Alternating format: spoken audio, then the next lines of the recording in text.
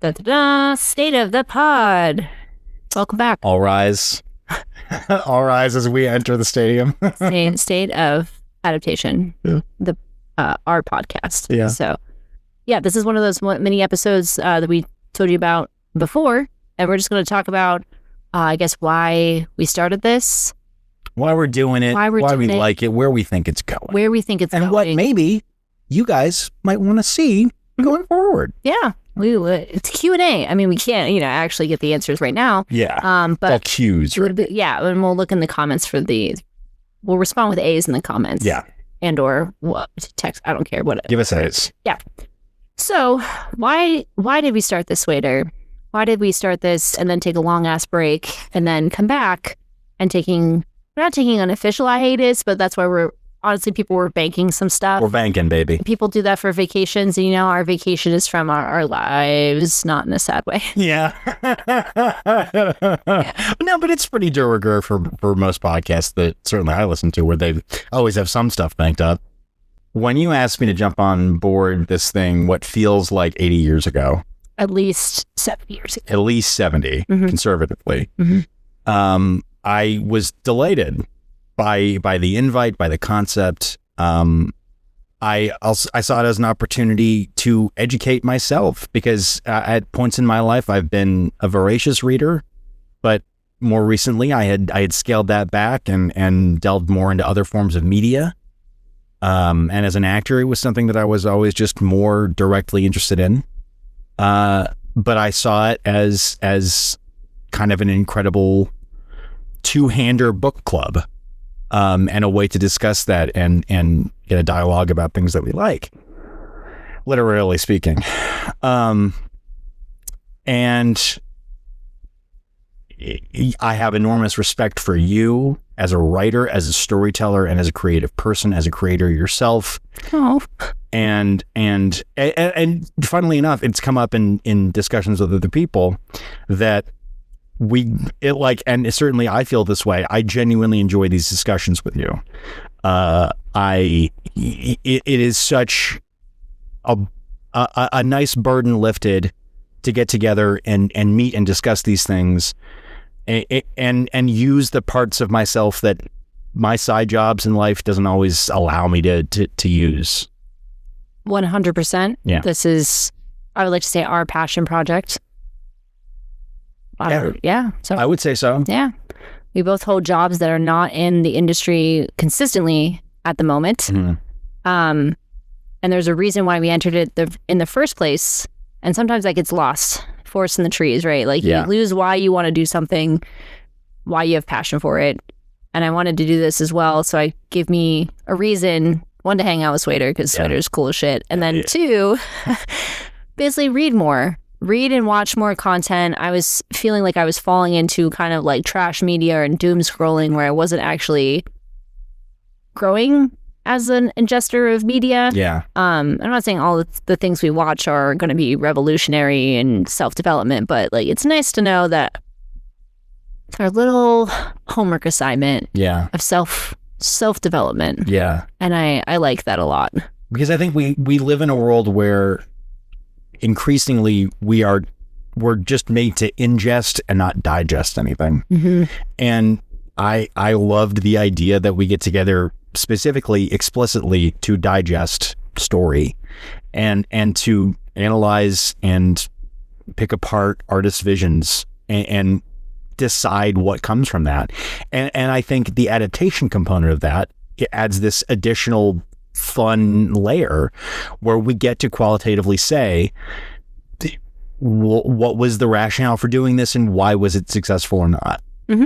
And it all of that sort of comes together in this really fun exercise for us. I mean, hopefully for you guys too. For you, but I mean, but I don't give a shit. We do this without you. We would do this without you listening. Oh yeah, I'm glad you are listening, but it's really for us. I don't know. That's why it's nice. And I've always loved adaptations. My entrance essay for my undergrad degree at Point Park University was comparing every version of Pride and Prejudice to the novel. After my wife's own heart.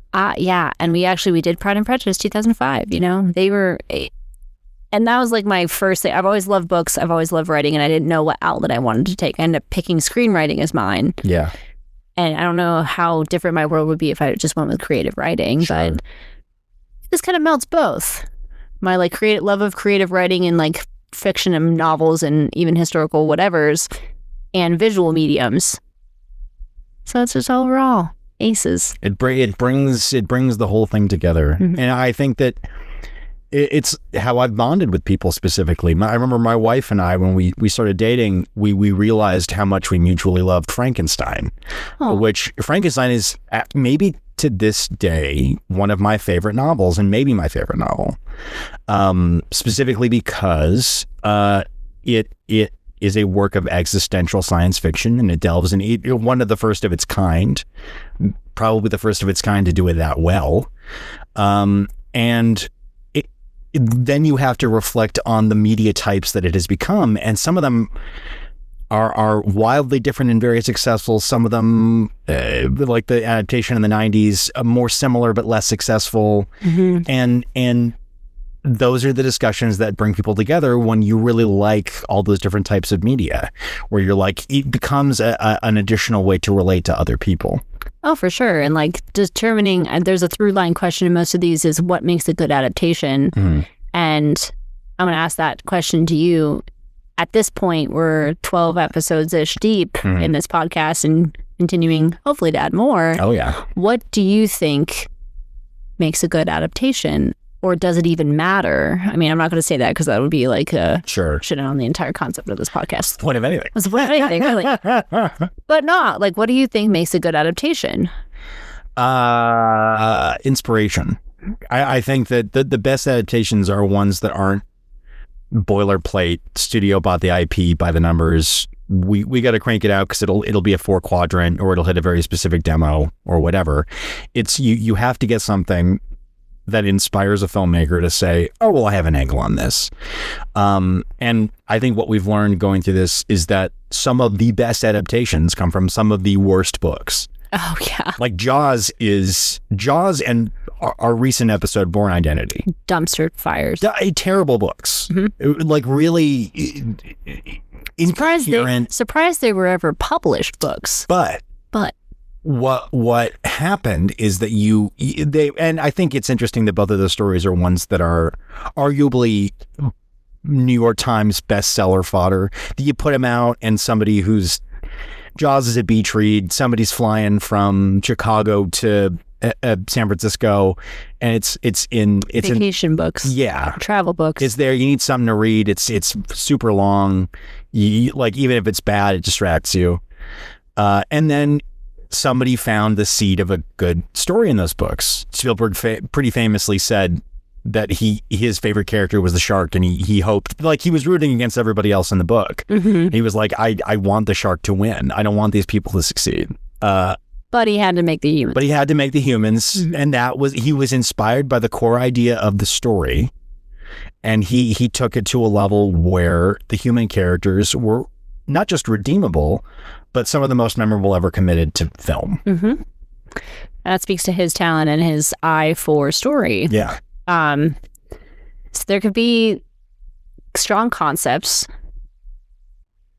that could be just the kernels and nuggets of greatness. Yeah. And sometimes you need to quit while you're ahead when it comes to some stuff in books. Yeah. You have longer format. Yeah. Don't make it as long, dude. Yeah. Like, you could have cut out most of that stuff. Yeah. It's like, for most films, you should only have a max of 3 montage sequences. Mm-hmm. And then some movies have 14. Yeah. And you're like, no. Yeah. Same with books. Some characters need to cut, story plot points, elements, they need cuts. But a lot of these stories, it feels like they didn't have an editor because A, when they were maybe self-published. Mm-hmm. 2, they were nepotism publishing. Sure. They didn't have an editor to be like, this, maybe you should change that. Yeah.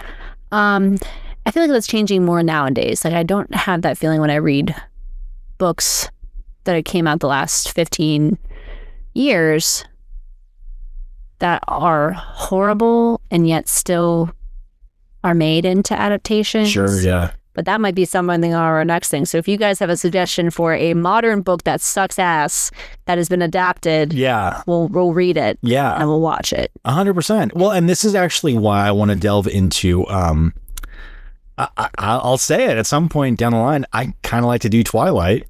Oh, fuck yeah. Because here's the thing. I think Catherine Hardwicke in that first movie made a very fun piece of pulp entertainment. It's great. The Golden Onion, guys. It looks pretty good. It's pretty well crafted. Like it's the blue filter on Pacific Northwest. Very clear in the editing room. Yeah, like it works. A lot of clear choices. I'm gonna go home and watch Twilight after this, probably. And I might tonight or tomorrow because, like, and I think that's it. Do you want to see Twilight? I think why not? Yeah, it's a fast read. I'm saying yes right now. Okay, let's do cool. it. You guys have no say in this. You guys don't. Look, we'll ask you. You'll know when we're asking you a question. Yeah. We're doing Twilight. We don't know when. We're saying it now on pod. But continue. But I think that's kind of the exciting thing too. Is what an incredible relief it is to digest a really fucking awful book and then reflect on the movie or whatever it is that it became. Mm-hmm. Give kudos to the filmmakers. Yeah. Well, it's why I want to do The Godfather at some point, because I mean, famously a really sloppy piece of pulp written by a guy pretty desperate to make a buck. And it became, it's tropey to say this, but one of the best movies of the 20th century. A question that goes with that we've asked in other episodes, did this deserve to be adapted? Yeah. A lot of these, no. Yeah. But also, they could have been great just screenplays on their own. Yeah, absolutely. But the IP recognition of the garbage helped them get made. Yeah. So if the book was never a shit or even a book at all, those stories probably would never be told. Yeah. So well, but that's interesting too, because I think I have a tendency to think of, because I historically, I will go to the multiplex to see trash because I love movies as a concept and I like air conditioning when it's hot. Oh yeah, summertime movies, the best. It's fun. It's great to do.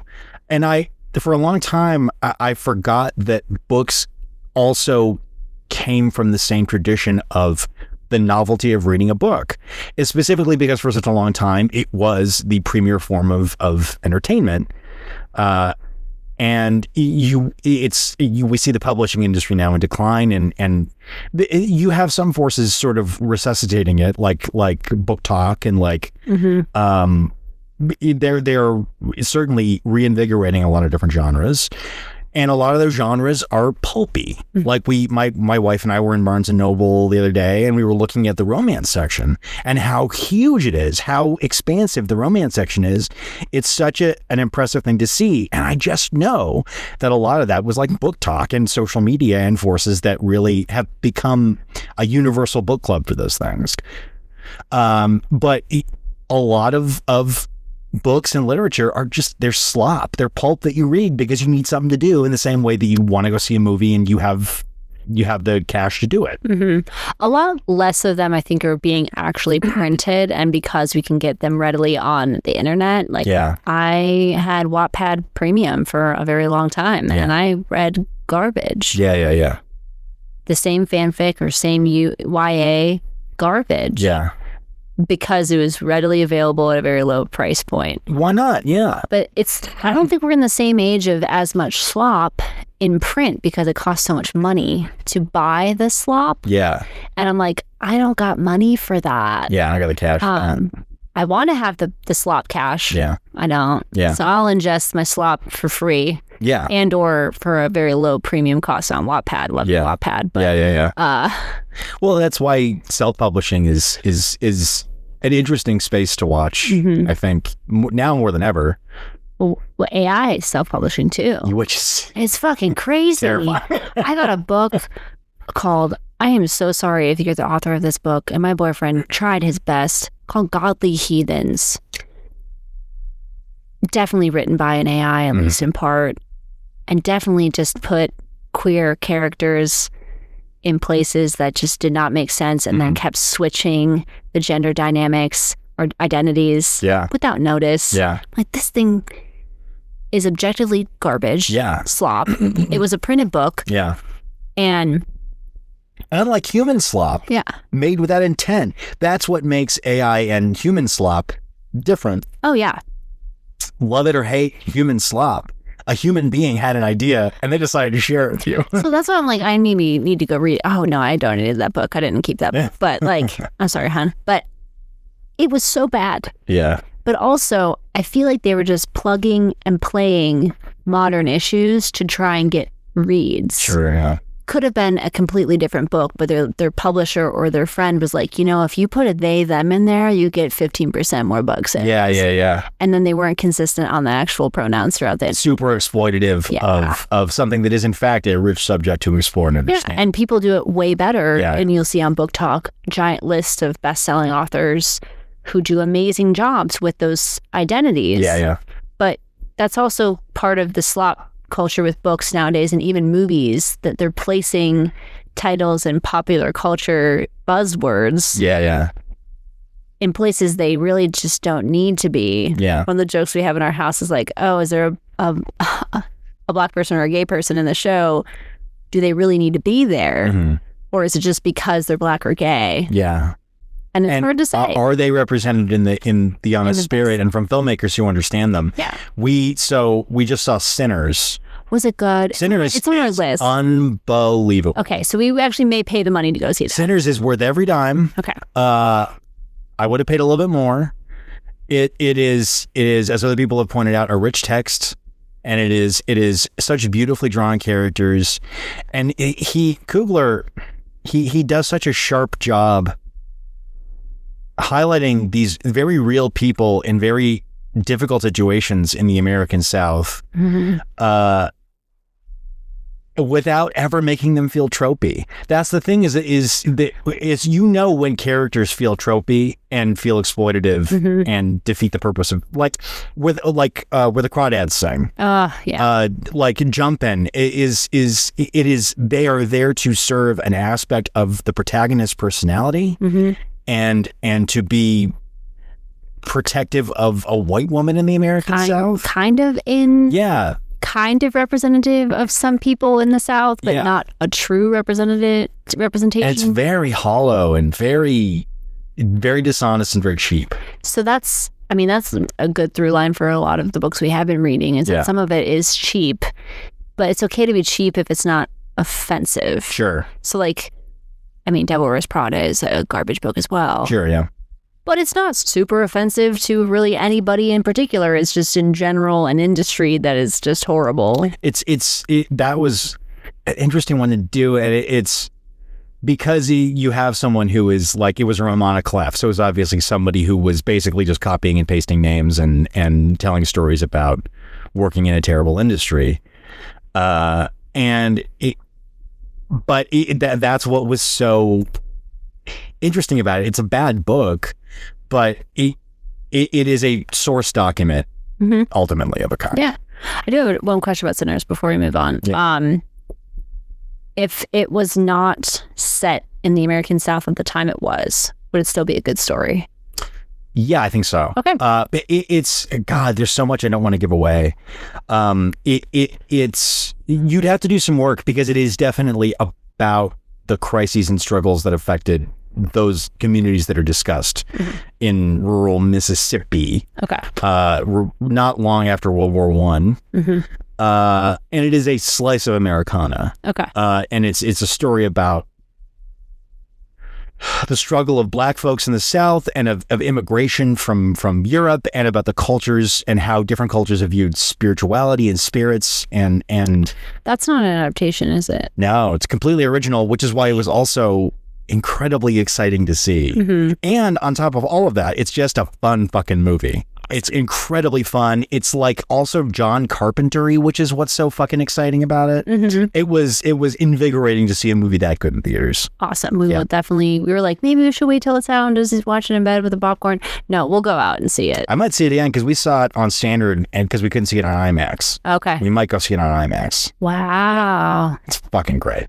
That is so good to know. Great movie. That is so good to know. Yeah. Okay, so We talked about why we started the podcast, why we love adaptations, a little bit of nuances with kind of what makes an adaptation, right? A good adaptation. Yeah. What else is on our checklist? What else do we got to talk about? State of the pod. State of the pod. Where are we? Where are you? Oh, we are in your attic right now. Yes.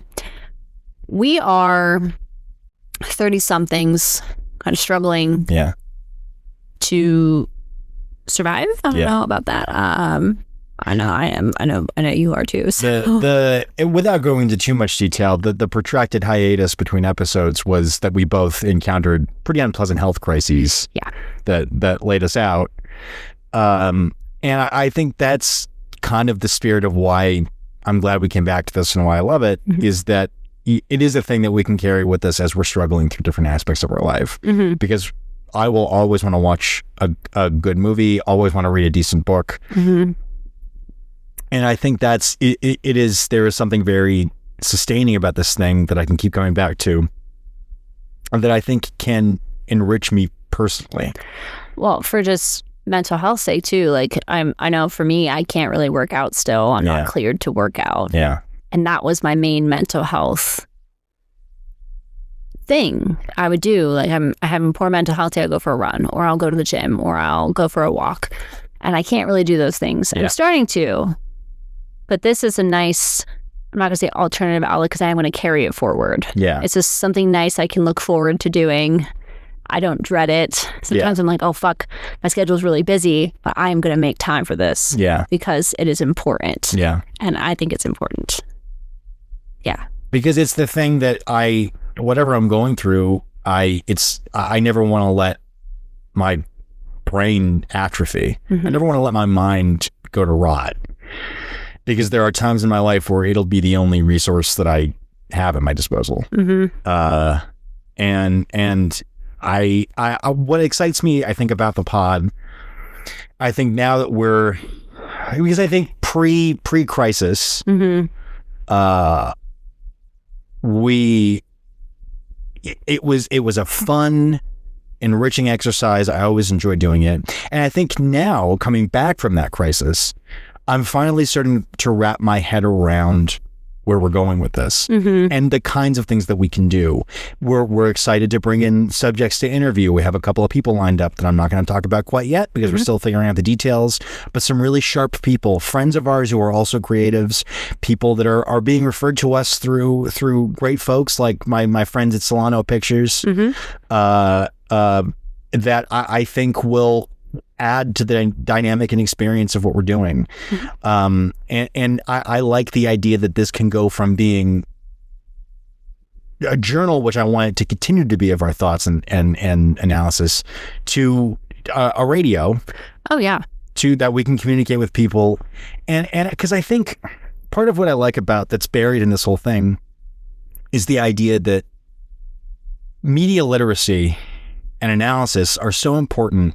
And I think that it's a concept that is denied to working class people historically because we are told that it's not essential. It's not essential to our lives. They're cutting it more now too. Yeah. Like banned book lists are growing exponentially. Yeah. So there may be something that we read or talk about in an area that you don't have access to that story, but those stories are important. And every day, more challenges are coming down from a very conservative government that doesn't want people to be media literate. And that's the thing is that working class people they're smart and they're inventive and intelligent, and I like the idea that this can be a way for communicating with other people and saying, let's find a way to enjoy this. That is, it is divorced from the system of like, well, you'll read this and you'll go to college, and then if you want to continue, you can do that. Working class people think critically about their lives all the time. And I like the idea that this is something that it's good for the democratic spirit to think about our lives. And when we're told and we're downtrodden and exhausted and we just don't have the faculties at the end of a hard day to do it, it sucks. It makes society less cohesive, and I like the idea that this can be a way to talk to people and talk to people about being more critical of the world that we live in. Absolutely. And it's not going to be it's not a homework assignment that you have to dread. It can be something that you look forward to. Yeah. And at the end of the workday, like sometimes you really just want a good book or a good movie to unwind with, and you need a mental health outlet. And books and movies can be that for you. Yeah. And it is for us. Yeah. So that is important to note for yourself if you're listening to this. Use it as an outlet because sometimes you need it. The world is crazy. Yeah. And I cannot wait to talk to all these different people because sometimes we differ on opinions. Yeah. And I love getting different perspectives of things and having friendly discussions, not necessarily arguments, but also like the consistency of it. I'm float this to you right now. I think we should have a book club type thing. I agree completely. We will launch what we're going to be recording, and feel free to read it or watch it or both. And then when you listen to it, you can comment and make your own video, whatever, to talk about it with us because we want to have a bigger discussion. So I think we should make a book club. 100%. I even think when we have the time and resources to figure it out, I think we record a panel. I think we get people together and we record a discussion. Or even a Zoom. Yeah, like 100%. A Zoom hangout. Yeah. After we talk about it or before we pick a secondary subject matter. I have people, look, we both know people who can get us lavs, and we lav people up and we talk freely about what we're doing. And I think it could be a great way to obviously not as commonly as the 2-person format, but like a fun special event for something that we know we want to discuss and that we know is going to be really interesting. And there's a Frankenstein adaptation coming out this year. Oh, fun. End of the year. That could be it. And there's no question in my mind that we're going to do that because we have to do that. You can force me to do it. Yeah. Ty, look, hands tied. Olive will trap me in this room with her little balls. Yeah. So, we're going to do it. Yeah. So I think it's so exciting that this can be not just a journal, but a radio, a communication device. And that's going to be, fortunately, tougher and tougher as we go along this year and next couple of years. But that's why we're also baking these episodes, these little tidbit episodes. We're going to be introducing more of the TV episode discussions, short stories, and even like a song can be adapted into a story, which 100% in the past. I think that there's room to do, now, and especially now that video game adaptations are watchable. Oh yeah, which for such a long span of time they simply weren't. And not only are we seeing ones that are watchable, we're seeing The Last of Us. We're seeing these shows that are not just good and watchable, but prestigious. I couldn't finish it. The little fungi thing really freaked me out, but they're gross as hell. I'll give it a try. But even that could be a fun thing where we could either play some of the game and then watch the movie, or watch a playthrough of the game and then watch the movie. That's the great thing, is it's not just about books, it's about media literacy in general, and we can touch on any number of formats that we want to in such an exciting way. We can do remix as a kind of adaptation. Oh yeah, and there's a gazillion. I went to see a movie, I think it was Wild Robot, and every preview beforehand was a either prequel, sequel, or remake. IP that's what drives the industry right now, which again is why Sinners was such a delight, because it exists as the exception to the rule. So I think that's it's there's so much to digest and consume and share, and I'm just excited to get into it. Me too. Yeah, I'm very excited. I don't sound it because we're both kind of exhausted. Look, guys, we're tired. It's been an interesting week, but I am really pumped. I do look forward to this a lot. Even though I'm not the most timely of people sometimes. And we did make a pact that if we needed to reschedule, we would only do it once per episode. So that was kind of where we fell into like our mental health struggles before with our health and everything of like, I can't do it today. I need to push it. But we're trying to make a commitment to this and to you guys and to ourselves.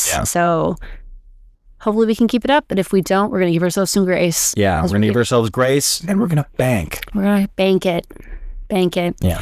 But we have one last question for you. Yeah. I asked one other question. I'll reiterate that. Sure. What was a horrible book that you want us to read and then watch? and or in general, what do you want us to do next? There's so many. So it's like, it's not that we won't have content to pick from. Yeah, that's right. It's just a zillion things to pick from. Yeah. And your help would be appreciated. To narrow it down. Oh, absolutely. Yeah. So comment, share, video respond. Be kind in the comments to anybody who's commenting. DBA, don't be an asshole. Yeah. We will flag you. We will do what we need to. Yeah. We want this to be a safe space to talk about things. Obviously, we'll all have our own preferences, but we're all trying to come together in fellowship and have a nice time with this. And if you are struggling with mental health, like we mentioned a couple of times, there is suicide hotline, everything like that. Yeah. Reach out. We are not healthcare professionals, so you can reach out to us, but we will redirect you to the appropriate sources for you. It's tough time for a lot of people. So don't be afraid to get help or ask us for help. Yeah. Why not? We're here. Yeah. All right. Well, we're gonna go if that's okay with you guys. Yeah. So we're checking out, but check us out on the social medias. Adaptation Pod. All rise. All rise. As we exit the stadium we're recording in.